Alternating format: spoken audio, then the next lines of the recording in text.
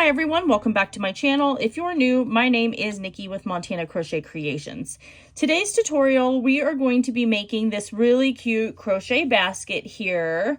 It's going to be perfect for just holding little knickknacks. I'm going to put candy in mine. Probably going to make quite a few of these, put candy in them and pass them out to my coworkers. And because I think this would be a cute little like Christmas gift for everyone. Since there's 16 of us, I think these will be really fast and they'll work up pretty quick. So you're going to need a few things for this crochet basket here. So I used some number 4 weight yarn. I used this fluffy sort of white yarn up here. I can't remember what it is. I definitely got it at Hobby Lobby, but I can't remember what the brand of it was.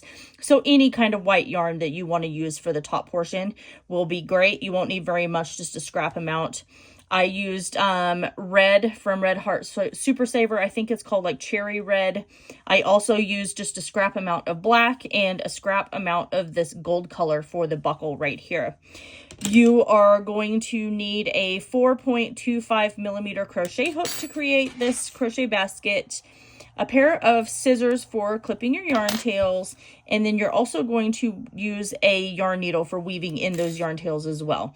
So go ahead and grab everything that you need for this crochet basket and we'll get started.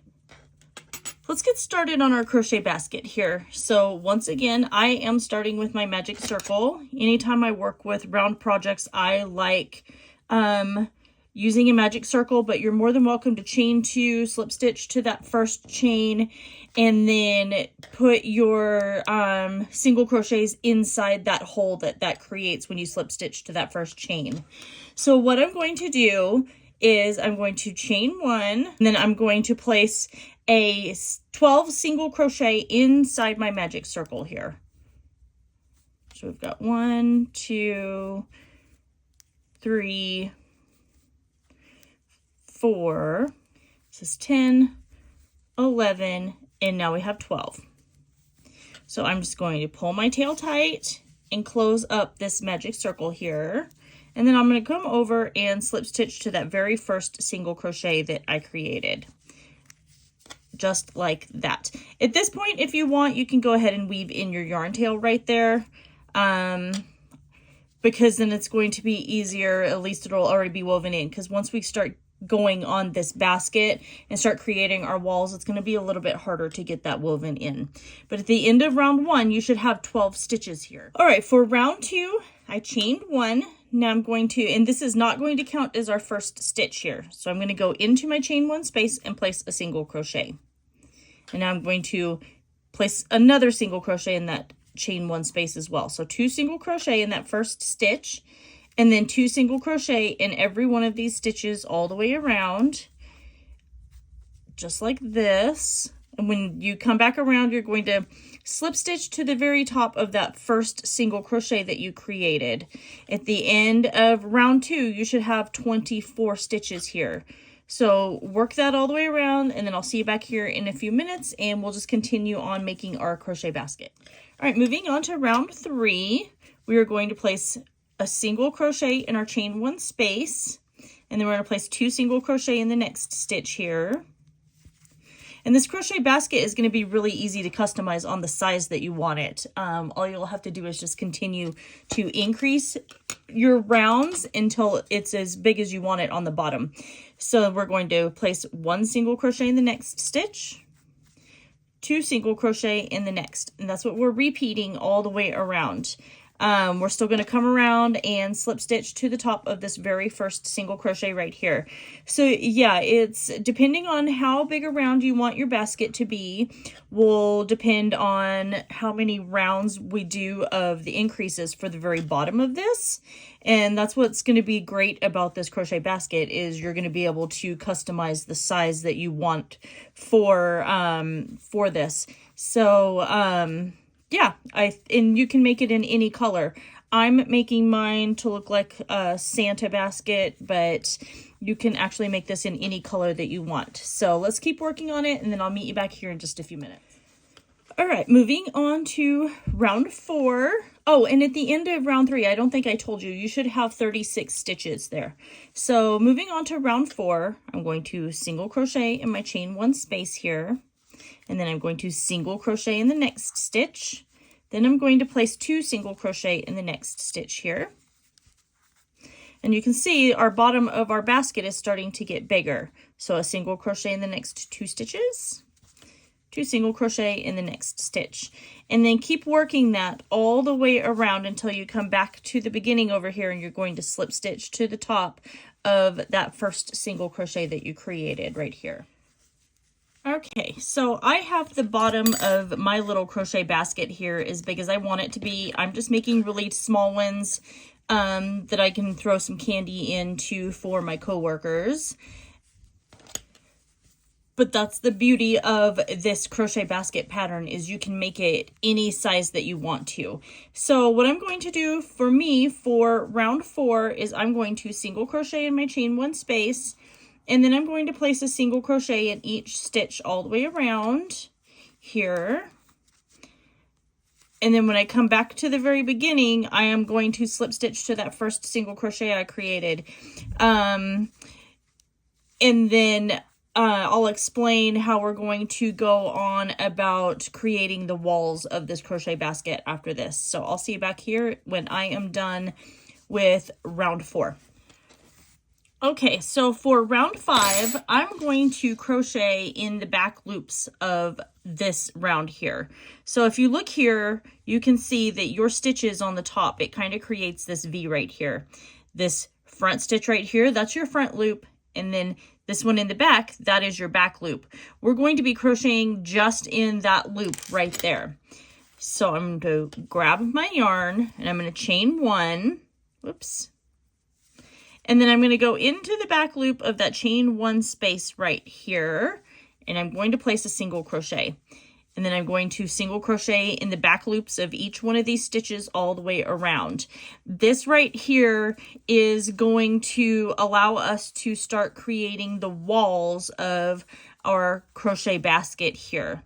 So keep working in the back loops, crocheting that single crochet, and then when you come back around to the other side, you're going to slip stitch to the top of that very first single crochet, and then chain 1. So finish working that, and you can see right here what it does is it creates this little ridge, and that's what's going to allow our walls of our crochet basket to kind of stand up. So I'm going to keep working this, and I'll see you back here in a few minutes when I'm done with round 5. Okay, so for rounds 6 through 9 here, I am going to single crochet in my chain 1 space right here, and then single crochet in each stitch all the way around. This is going to start making the walls of our crochet basket here taller.